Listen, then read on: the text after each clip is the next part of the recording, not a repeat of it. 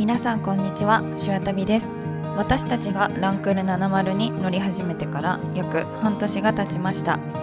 先日の東北旅の動画はご覧いただけましたでしょうか。夏に長距離旅をしたのはつい最近のように感じますが、すでに冬がやってきましたね。この動画では半年で行ったカスタム、またランクルの冬の車中泊対策についてお話ししたいと思います。今日は愛犬のシュアくんと一緒に河川敷でお昼ご飯でも食べようかなと思い、車で2時間ほど走らせています。どうぞ最後までご覧ください。ランクル70の注文を入れてから納車まで約1年半ほど待ちました。現在もまだ抽選販売中で手に入らない方もいらっしゃるようです。ランクル70再々販は4駆ディーゼル車でタンク容量130リットルです。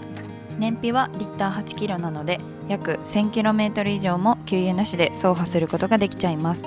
私たちはよく長旅に出るので車中泊仕様にしています。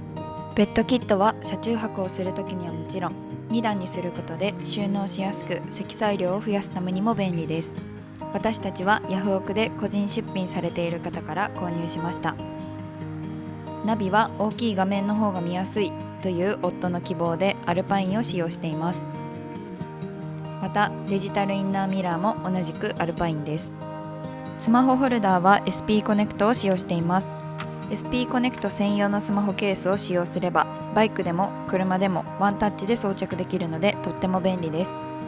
コネクターにコードを接続し給電もいつでもされるようになっています。フロアマットはクラッチオです。Amazon で購入しました。助手席、運転席、後部座席の3点セットです。このシートはコーデュロイのシートカバーを上からはめています。ブランドはグレイスです。シートカバーをしている理由としては、汚れた時に取り替えることができること、またシートを変えることで大きく車のイメージを変えることができることです。センターコンソールも同じくグレイスで購入しました。工具不要で置くだけでフィットするのでとても簡単です。また収納もたくさんあり、運転席、助手席用にそれぞれドリンクホルダー、後部座席用にもドリンクホルダーが1つついています。次に外装のカスタムについてご紹介します。タイヤは BF グッドリッジのオールテレーンタイヤ KO3 を履いています。純正よりも2サイズアップの LT285 です。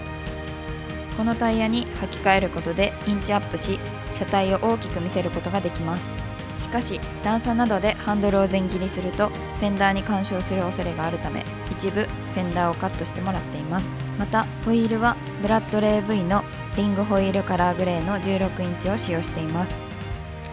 屋根には ARB のベースラックを取り付けましたが、まだここに乗せるためのボックスやベルトなどは購入できていません。前側には風切り音防止用のウィンドディフレクターを搭載しています。このルーフラックをつけても車高 2.1 メートルは超えないので立体駐車場も大丈夫です。次に車中泊する時の装備を紹介します。後部座席はこのようにフルフラットにすることができます。ですが運転席、助手席はフルフラットにはできないので、一番前までレールを動かし、背もたれは前回まで倒します。後ろから見るとこのような感じになります。ベッドキットそのままで寝ると少し硬いので、私たちはエアマットを使用しています。そして冬の車中泊での必需品は電気毛布です。車中泊だけでなくテント泊でも毎回使用しています。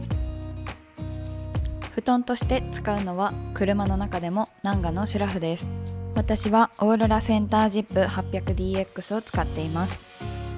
冬の中のテントでも石油ストーブなどの暖房を使っていれば全然寒くありません。これで寝る準備が整いました。頭が少し上がりますが全然私は気にならない程度です。そして車中泊やキャンプでは欠かせない普段から愛用しているエコフロー商品について少しご紹介させてください。今回エコフローよりデルタ3000エアーをお借りしました。車中泊では電気毛布や電子機器類の充電などで大活躍します。この商品の特徴は何といっても 1000Wh の容量で史上最小コンパクトモデルということ。重さも約 10kg の軽量ボディで従来のエコフロー商品よりも約 30% 小型化されました。出っ張りのないフラットなデザインで自宅や車内の隙間スペースにもぴったりフィットします。私は普段からエコフロー商品を購入し使用しているのですが、その理由は昨今問題になっているポータブルバッテリーの発火問題や焼却問題について、エコフローは全てのユーザーに対して長期的なポータブル電源の無料回収サービスを提供していることです。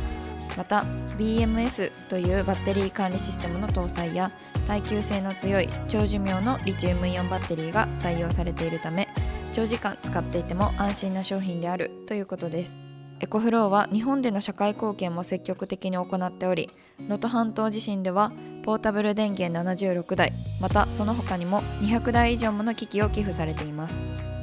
このように私はたとえキャンプをしていなかったとしても防災備品として家庭に1台だけでもあれば安心だと思います。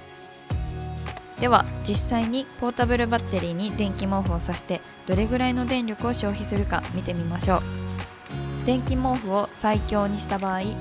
残容量 72% のエコフローのポータブルバッテリーで継続6時間持つそうです。これなら一晩は全然持つそうですね。出力は USB-A、USB-C、AC 電源がそれぞれ1つずつあります。また以前夏の車中泊でご紹介した冷蔵庫のグレーシアクラシック35リットルは冬でも食品を新鮮に扱うため大活躍しています。こちらは内蔵バッテリー付きのためポータブル電源は一晩使用せずに稼働させることができます。またもう一つ普段から使用していた急速充電が可能なオルタネーターチャージャーの紹介です。オルタネーターとは車のバッテリーを充電する機械のことで、そこから直接電気を引っ張ってきてポータブルバッテリーに充電することができます。取り付けはそこまで難しくなく、自分でボンネットを開けてできる程度ですが、不安な方は車屋さんにお願いしてもいいかもしれません。私たちがオルタネーターチャージャーを搭載している理由は、夏に1週間東北キャンプをして毎晩電気のないキャンプ場に泊まっていたからです。冷蔵庫や扇風機、照明電気機器なども充電する必要があるため、走行中のシュガーソケットからの充電では電気の供給量が足りず、オルタネーターチャージャーを購入しました。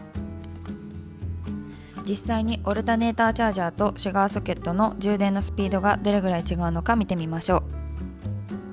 う。こちらがオルタネーターチャージャーを使用して充電している時の給電ワット数です。約 350Wh の給電がされています。次にシュガーソケットでの充電を見てみましょう。約 100W です。フル充電までは3時間と記載されています。これぐらい給電量が変わるので、キャンプで長旅をする方などは急速充電のオルタネーターチャージャーがおすすめです。また今回もう一つの面白い給電方法であるソーラーパネルもお借りすることができたので、こちらのワット数も比較していきましょう。パネルは太陽から見て45度になるように傾きを調整します。ソーラーパネルの収納用袋が土台になります。撮影時すでに夕方で西日だったため最大出力とはなりませんでしたが、日が照ると給電ワット数は50から60ワットほどです。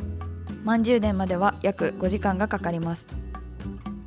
3つの給電方法を比較するとワット数が違うことが分かりますが、それぞれのシーンで使い分けることができるのは大きなメリットです。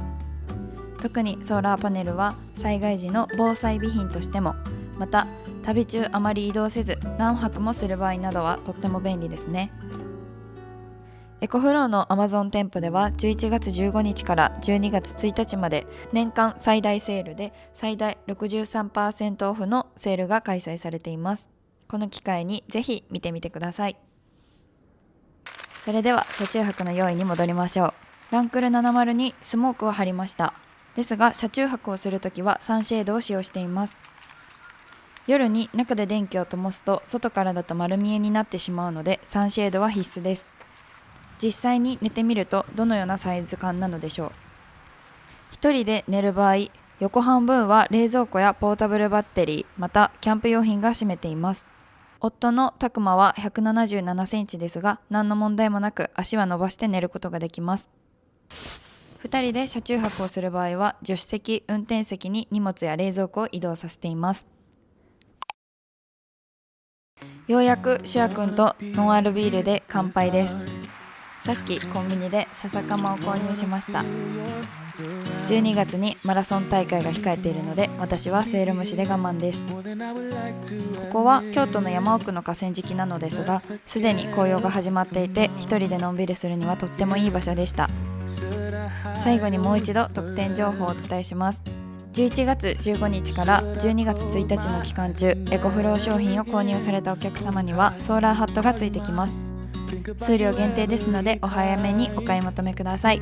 概要欄には 5% オフクーポンコードも記載していますので、ぜひご活用ください。